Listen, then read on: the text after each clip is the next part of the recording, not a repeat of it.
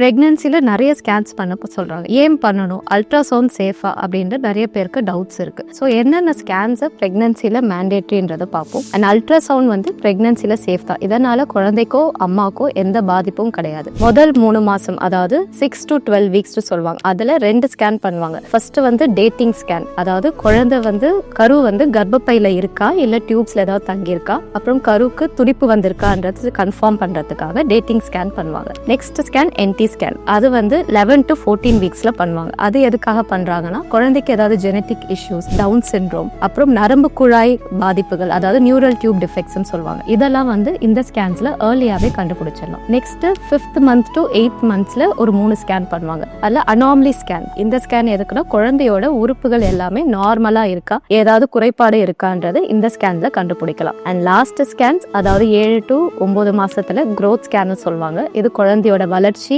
எடை, குழந்தை சுற்றி உள்ள தண்ணி அளவு எப்படி இருக்கு, நஞ்சு கொடி பொசிஷன் எப்படி இருக்கு, குழந்தைக்கு போற ரத்த ஓட்டம் நல்லா இருக்கான்றதை செக் பண்றதுக்கான ஸ்கேன்ஸ். இதெல்லாமே பேசிக் ஸ்கேன். அண்ட் முக்கியமா அந்த என்டி ஸ்கேன் மற்றும் அனாமலி ஸ்கேனை மட்டும் மிஸ் பண்ணிடாதீங்க.